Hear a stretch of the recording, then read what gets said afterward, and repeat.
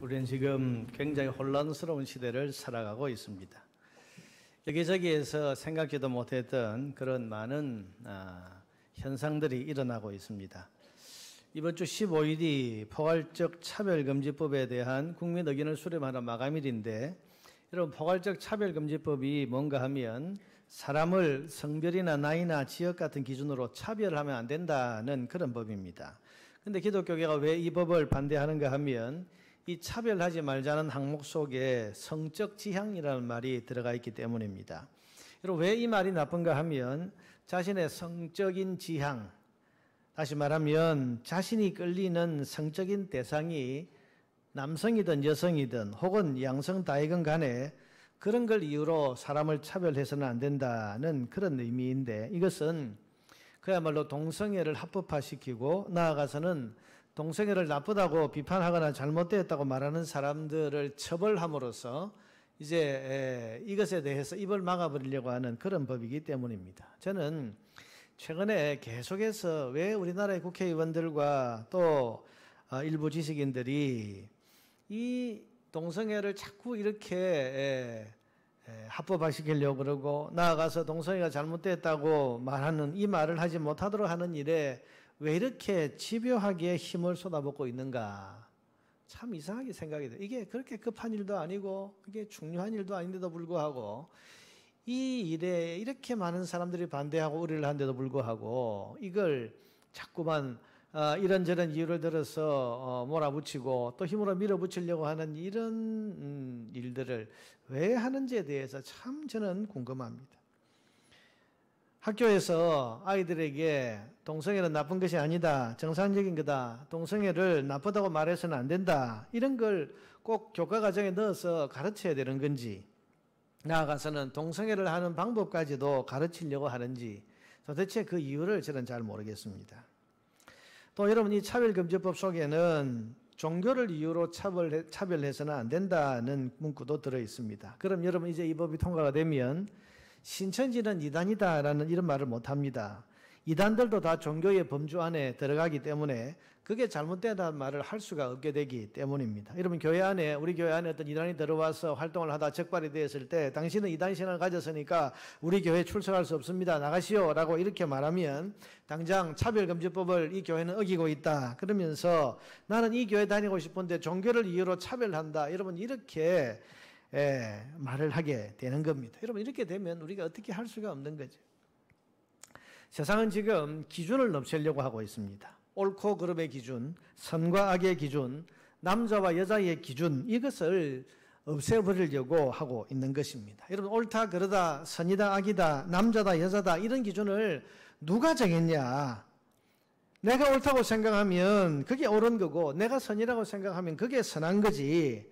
또 내가 남자라고 생각하면 아무리 여자의 몸을 가졌다고 해도 내가 남자라고 생각하면 이것은 성정재성이 이 사람은 남자다 그렇게 말하고, 아무리 근육질의 남자 몸을 가지고 살고 있다고 해도 내 스스로가 여성이라고 느낀다, 이런 느낌만으로 나는 여성이라는 걸 인정해주자. 남자 여자의 기준이 없는 거예요. 여러분, 남자 여자의 기준, 이건 누가 정했냐? 내가 그렇게 느끼고 내가 그렇게 생각하면 그런 거지 남이 뭐라고 할 수 없다, 여러분, 이렇게 나오는 겁니다. 그래서 남자와 여자의 기준도 없어집니다. 참신앙과 이단의 기준도 없어집니다. 그리고 선과 악의 기준도 없어지게 하려고 하고 있습니다. 여러분, 아파트에 불을 질러서 사람들이 놀라서 뛰어나올 때 그렇게 뛰쳐나오는 사람들을 몇 명이나 죽인 범인을 예전에는 죄인이라고 불렀습니다. 그런데 지금은 심신미약자라고 부릅니다. 심신미약, 죄를 지은 게 아니고 심신이 미약해서 실수를 저질렀다, 잘못을 저질렀다, 이렇게 말하는 겁니다. 그래서 죄라는 말을 싫어합니다. 쓰지 못하게 합니다. 그러니 이런 끔찍한 죄를 저질러도 죄에 대해서 벌을 내리는 게 아니고 교정 혹은 교화를 한다, 바로 잡는다 그럽니다. 여러분, 죄에는 벌이 있어야 되는데 죄에 대해서 벌을 내리는 게 아니라 죄를 지은 사람을, 죄가 아니라 이 사람은 심신이 미약해서 잘못을 저질렀으니까 그걸 바로 잡아줘야 된다. 심지어는 이 사람은 심신미약자로서 치료를 해줘야 될 환자다, 여러분, 그렇게 말을 하면서 죄인이란 말을 쓰지 않으려고 그럽니다. 그래서 이제는 죄와 죄 아닌 것의 구분도 없어졌고 차라리 악한 짓을 저지르고 다녀도 죄인이 아니고 심신미약한 치료해야 될 환자라고 그렇게 보자. 이렇게 말하는 경향이 지금 이 시대의 경향입니다. 여러분 이게 지금 이 시대에 벌어지고 있는 일입니다. 기준이 없습니다. 옳고 그름이 없습니다. 그래서 다른 것만 있지 틀린 것은 없다. 이렇게 말하면서 자기가 원하는 대로 자기 멋대로 사는 겁니다. 그러나 여러분 우리 그리스도인들은 분명한 기준을 가지고 있습니다. 선과 악에 대한 분명한 기준, 무엇이 옳고 무엇이 그른가에 대한 선명한 기준을 가지고 있습니다. 그게 뭡니까? 그것이 바로 하나님의 말씀입니다. 우리의 기준은 하나님의 말씀입니다. 그래서 하나님이 옳다고 하신 것을 우리는 옳다고 그러고 하나님이 악하다고 하신 것을 우리는 악하다고 그럽니다. 하나님이 이건 죄야 라고 말씀하시는 것을 우리는 죄라고 그렇게 말하고 하나님께서 남자와는 남자, 여자는 여자 그렇게 구분해서 말씀하셨기 때문에 우리도 남자는 남자, 여자는 여자 여러분 그렇게 그 구분을 명확하게 말하는 겁니다. 마음이 좁아서 그렇게 말하는 것도 아니고 사람을 차별하려고 그렇게 주장하는 것도 아닙니다. 하나님이 기준이시기 때문입니다. 선과 악을 하나님이 판단하시고 죄와 죄 아닌 것을 하나님이 판단하십니다. 이게 우리의 신앙입니다. 여러분 세상은 기준이 없다고 말하는데 우리는 기준이 있다고 말합니다. 그러니 기준이 없다고 말하는 세상 속에서 하나님이 기준이시다라고 말하며 사는 우리가 이 땅에서 살아야 하기 때문에 헷갈리는 겁니다. 혼란스럽습니다. 그래서 갈수록 세상이 더 혼란스럽게 느껴지는 겁니다. 세상은 우리가 이해가 안 되고 우리는 세상이 이해가 안 됩니다. 여러분 지금 우리 옆에서 벌어지고 있는 이 이상한 일들을 우리는 이렇게 이해해야 됩니다. 기준을 가지고 사는 사람들과 기준이 없는 사람들 여러분 이 둘이 지금 함께 세상을 함께 살아가고 있기 때문에 일어나는 일입니다. 우리 그리스도인은 세상을 살아가는데 분명하고도 선명한 기준을 가지고 있습니다. 그 기준이 있기 때문에 옳다 그러다 죄다 아니다 선이다 악이다 그렇게 말하는 겁니다. 그러나 세상은 선과 악에 대한 기준은 없다. 그걸 누가 정하냐? 죄냐 죄 아니냐를 누가 정하냐? 여러분 그렇게 말하면서 기준을 없애가려고 하고 있는 겁니다. 그래서 오늘 우리는 이 세상이 이렇게 혼란스럽게 느껴지고 이해가 안 되는 거죠. 그러나 이것이 우리의 현실입니다.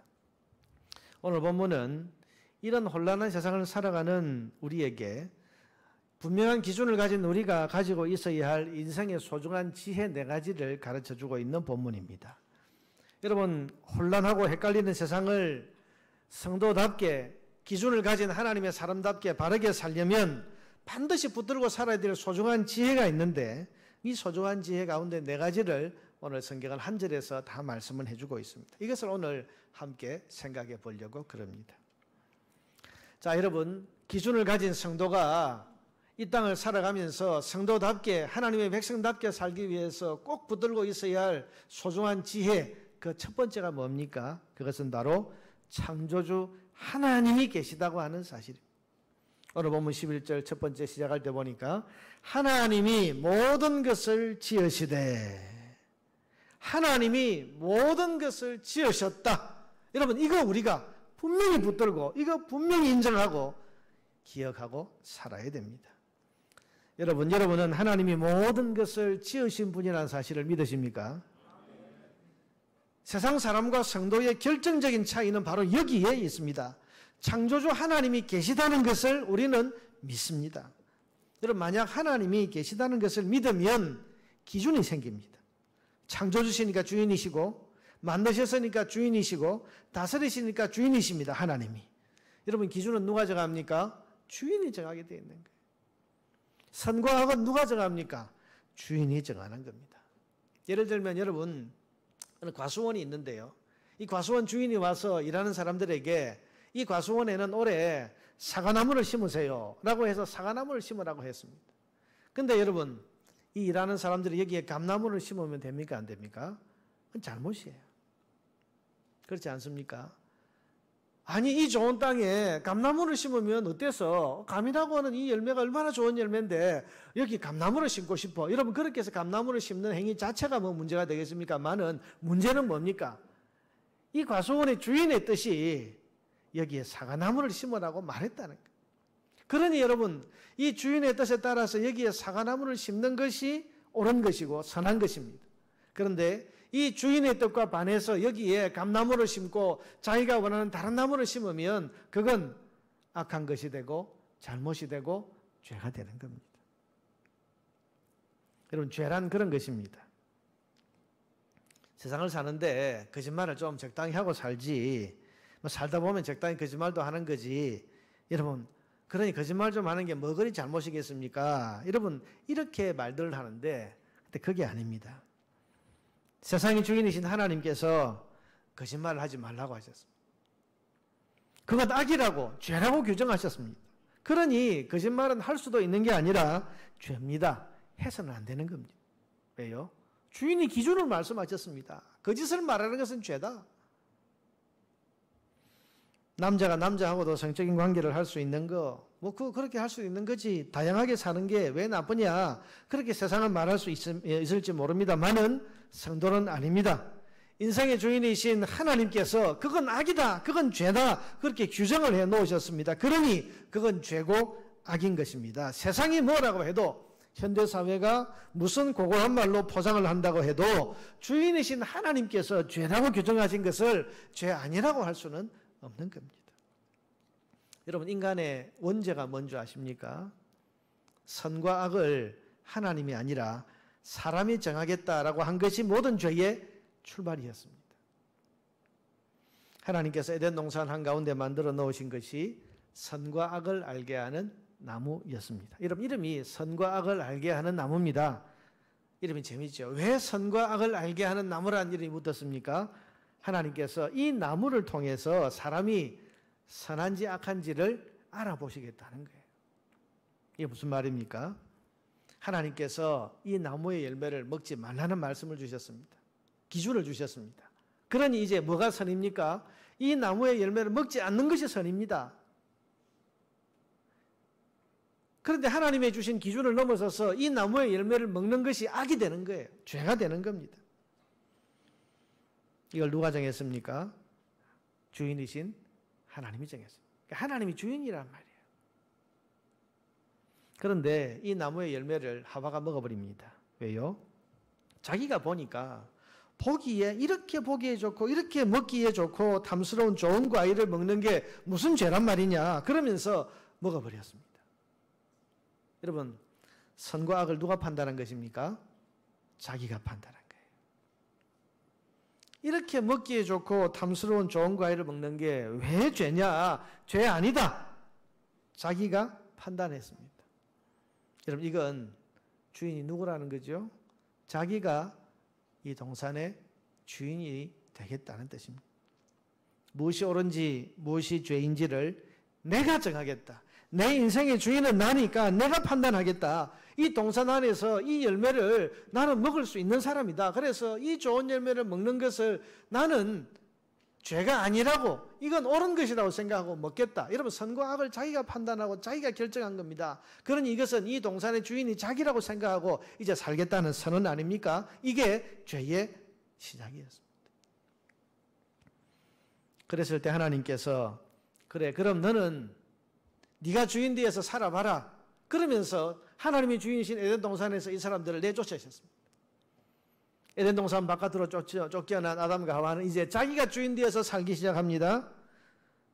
여러분, 이때부터 사람에게는 고통과 죽음이 시작이 된 것입니다.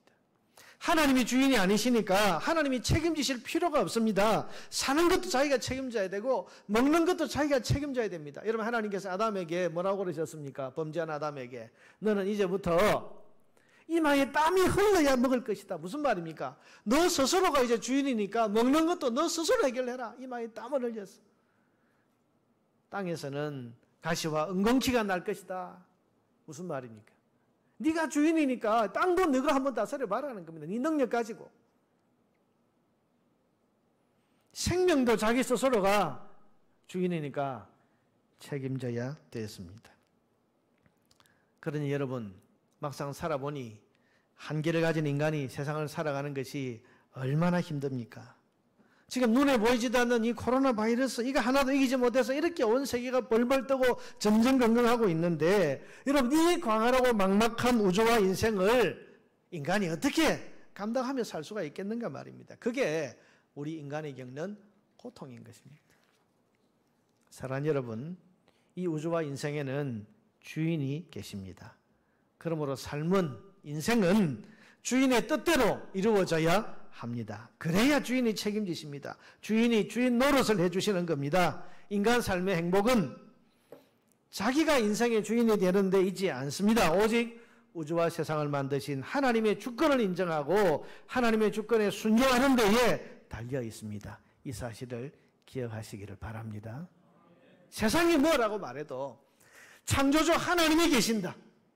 창조주 하나님이시니까 하나님이 주인이시고 그 주인이신 하나님의 뜻을 기준으로 나는 살아야겠다.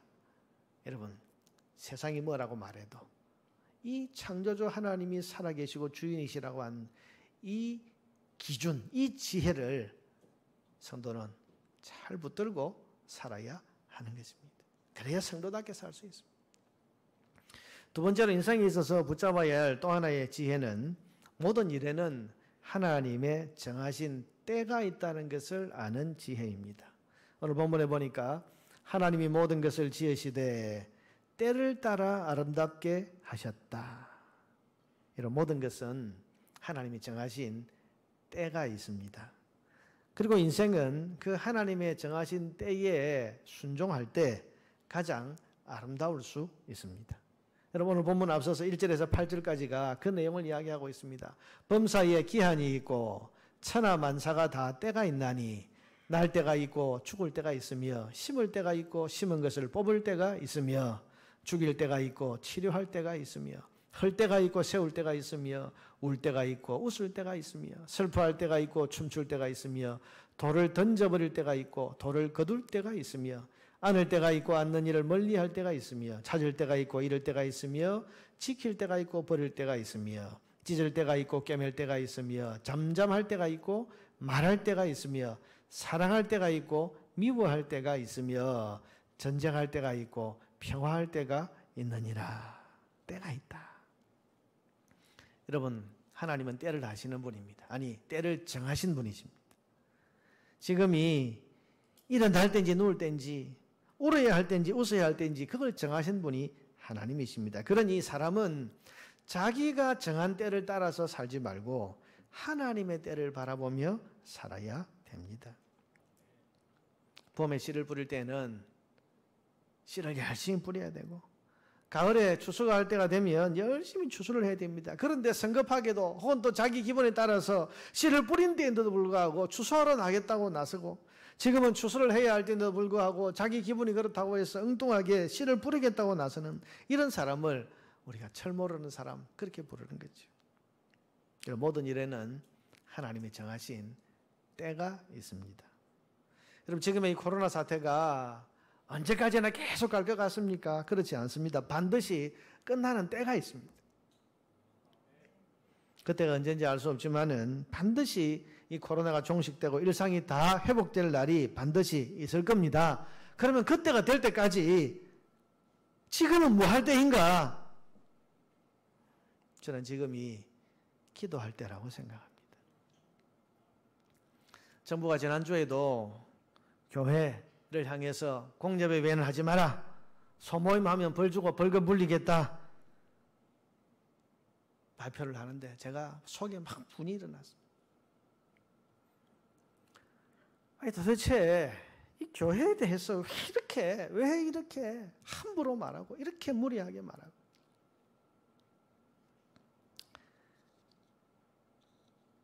이건 해도 되고 저건 하면 안 되고 구체적으로 뭐 구역예배 무슨 뭐 성경 공부 모임 무슨 모임 이건 하면 안 되고 도대체 교회를 얼마나 알고 교회 내용을 얼마나 그들이 이해하고 있다고 함부로 그렇게 이야기를 하는지 합리적이지도 않지 않습니까? 여러분 교회 소모임을 하지 마라. 그럼 식당이나 카페나 무슨 동호회나 다른 활동들은 다 세상에서 모여도 되는데 교회 소모임 이건 하면 안 된다. 벌금 물리겠다.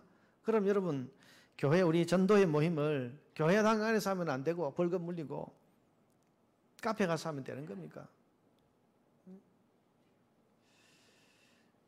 아니 같은 카페에서 커피를 마시고 수다를 떠는데 그게 가서 조사해 보니까 교인들의 모임이면 당신들 교회 모임이 왜 여기서 하냐 그래서 벌금을 물리고 가서 보니까 이 사람들의 모임이 동네 개모임이면 뭐 괜찮고 이런 그런 겁니까? 이게 도대체 말이 되지를 않는 거예요. 근데 이렇게 말도 안 되는 합리적이지도 않은 이런 걸 명령이라고 얼마나 분이 나는지. 여러분 어제 창원시에서 자기들도 정부와 중대본에서 그렇게 결정해서 통보하기는 합니다만은 정말 송구하고 죄송합니다. 그런 내용의 연락을 해봤습니다만은 아무리 봐도 지금 정부가 정신이 없는 것 같아요. 코로나 때문에 너무 지금 몰두하다 보니까 지금 제정신을 못 차리는 것 같아요. 총리실에 항의도 했습니다. 성명서도 발표를 했습니다. 저는 한교총에다가 이 국무총리 사퇴 요구를 하라고 강하게 주장도 했습니다. 근데 가만히 생각을 다시 해보니까 정부 당국자들이 코로나 때문에 지금 제정신이 아닌 것 같아서 정신없는 사람들을 상대로 말을 해서 뭘 하나 싶은 생각이 들어서 지금 그냥 가만히 있기로 했습니다. 오늘도 우리 찬양대가 마스크를 쓰고 찬양을 하는데 속에 막 불이 날라 했는데 하필이면 찬양 제목이 사랑이었습니다. 아이고 참. 그래서 제가 이 자리에 앉아가지고 처음에는 마스크를 쓰고 찬양하길래 쫓아와서 마스크 벗으라고 하려고 하다가 가사가 사랑이에요. 사랑. 제목이 사랑이고 가사가 사랑인 거예요. 그래서 제가 회개하면서 이 자리에 앉아가지고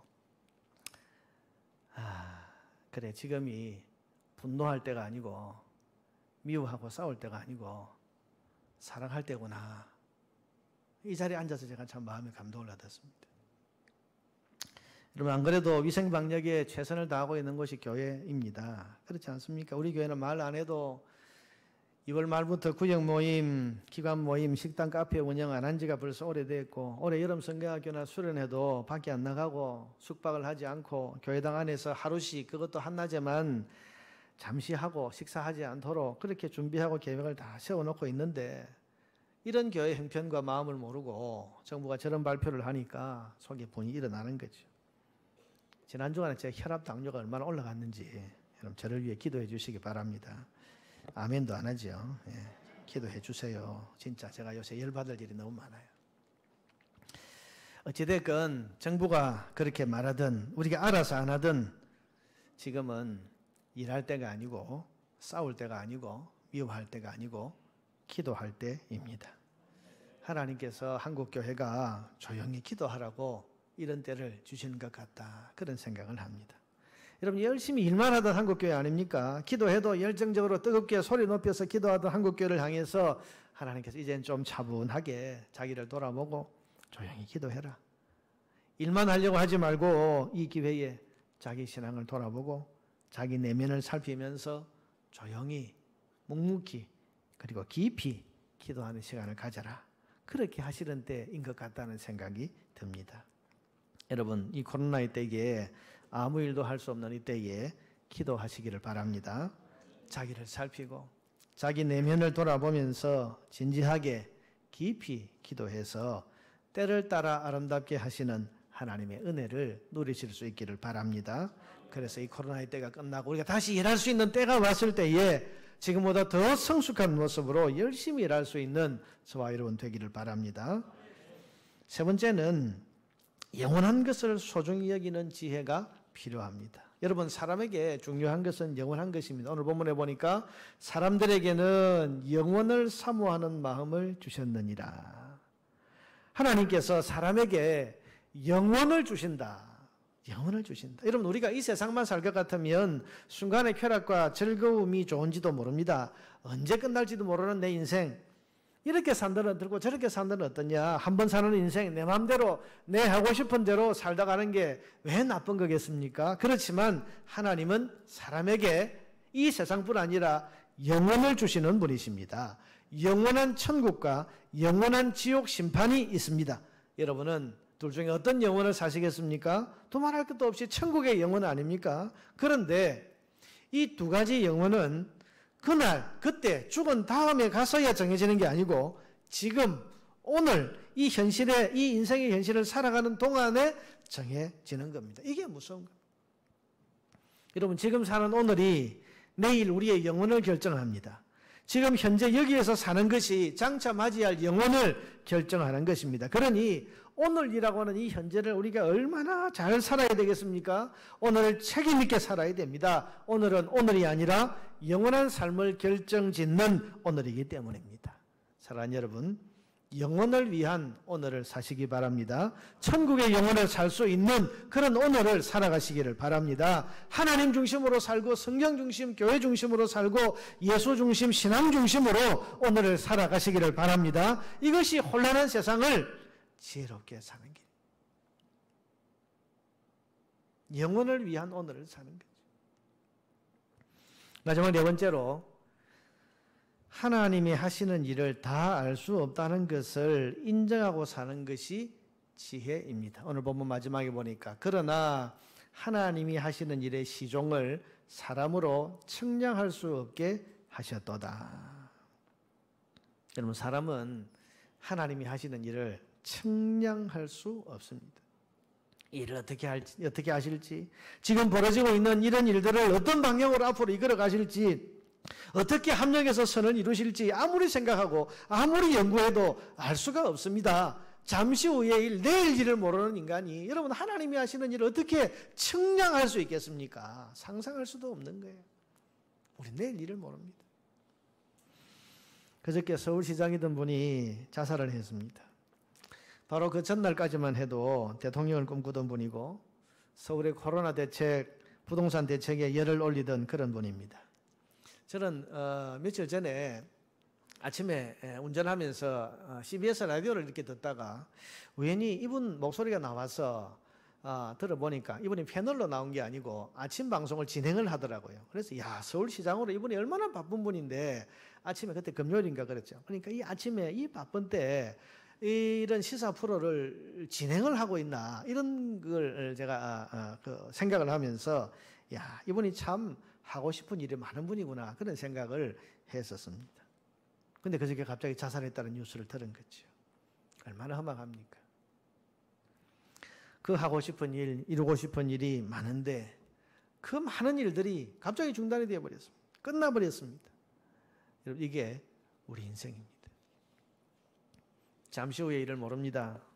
내일을 계획하지만은 그 계획한 내일을 내가 살 수 있다는 아무런 보장도 없습니다. 이런 인생이 하나님이 하시려, 영원하신 하나님이 하시려는 일을 알 수가 있겠습니까? 측량할 수도 상상할 수도 없는 겁니다. 그러니 사람이 할 수 있는 것은 내일 일을 하나님께 맡기고 기도하는 일입니다. 우리 내일 일을 염려합니다. 이 코로나 사태가 언제까지 갈까?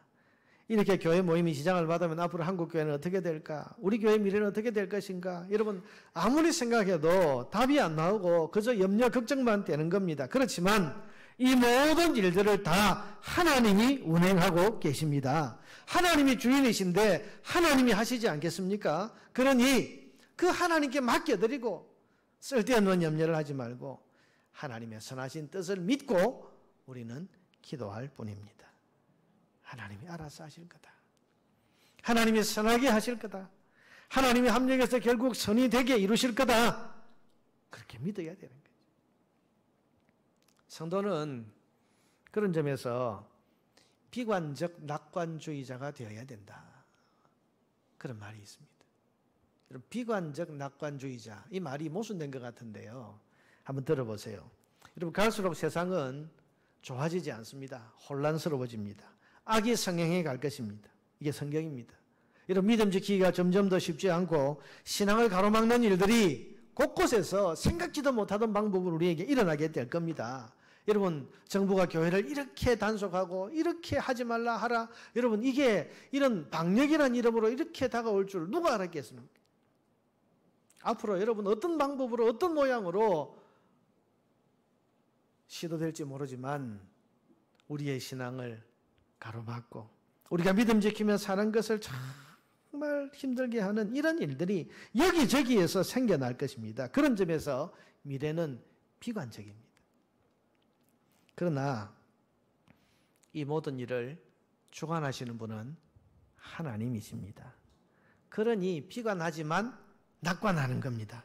하나님이 하시는 일에 실수가 있겠습니까? 결국에는 선을 만들어내시고 결국에는 유익을 만들어내시지 않겠습니까? 그러니 걱정하지 않고 낙관하는 것입니다. 그런 점에서 미래는 어둡지만 그러나 그 미래의 결말은 밝을 것이다. 그래서 비관적 낙관주의자다. 그렇게 말하는 거죠. 그러나 여러분, 하나님이 그 모든 것을 결국은 그렇게 선으로 끝내실 것이지만 그날이 오기까지 기도를 쉬면 안 됩니다. 나는 하나님을 믿으니 가만히 앉아서 논다. 이러면 이게 아니고 그 선한 일을 하나님이 이루시도록 성도는 끊임없이 기도해야 하는 것입니다. 이것이 마지막 시대를 살아가는 성도가 해야 할 일입니다. 사랑하는 여러분, 이 마지막 시대에 지혜를 가지고 사시기를 바랍니다. 세상은 갈수록 혼란스럽고 놀랄 일들이 점점 더 많아질 겁니다. 그러나 이런 세상 속에서 흔들리지 말고 믿음을 잘 지키면서 살아가야 됩니다. 그러기 위해서는 오늘 전도서 말씀을 통해 주시는 이 지혜를 꼭 기억하고 붙들고 살아가야 됩니다. 하나님 살아계신다. 하나님이 정하신 때가 분명히 있다. 그리고 세상이 혼란스러울수록 성도는 영원한 것에 가치를 두고 영원한 것을 붙들려고 그렇게 노력해야 한다. 무엇보다도 종잡을 수 없는 현실과 뜻대로 안 되는 현실 가운데에서 하나님의 선하심을 믿고 하나님께 맡기고 기도하며 살아야 한다고 오늘 성경은 우리에게 가르쳐 주십니다. 내일 일을 염려하지 말라. 그렇게 말씀하셨죠. 이 말은 하나님께 맡기고 기도하자는 것입니다. 여러분, 지금은 기도할 때입니다. 우리 각자가 하나님 앞에서 지금 주신 이 때를 기도할 때로 알고 각자의 자리에서 깊이 기도하고 하나님만 바라보면서 하나님을 깊이 만나는 기도의 시간을 통해서 하나님이 원하시는 때를 우리가 잘 살아가고 이 때를 우리가 지혜롭게 잘 살아감을 통해서 하나님께서 우리에게 주시는 또 새로운 때에 하나님의 뜻을 힘있게 이루어 갈 수 있어야 하지 않겠습니까? 이런 지혜로 혼란한 세상을 성도답게 살아낼 수 있는 저와 여러분 되기를 주의 이름으로 축복합니다.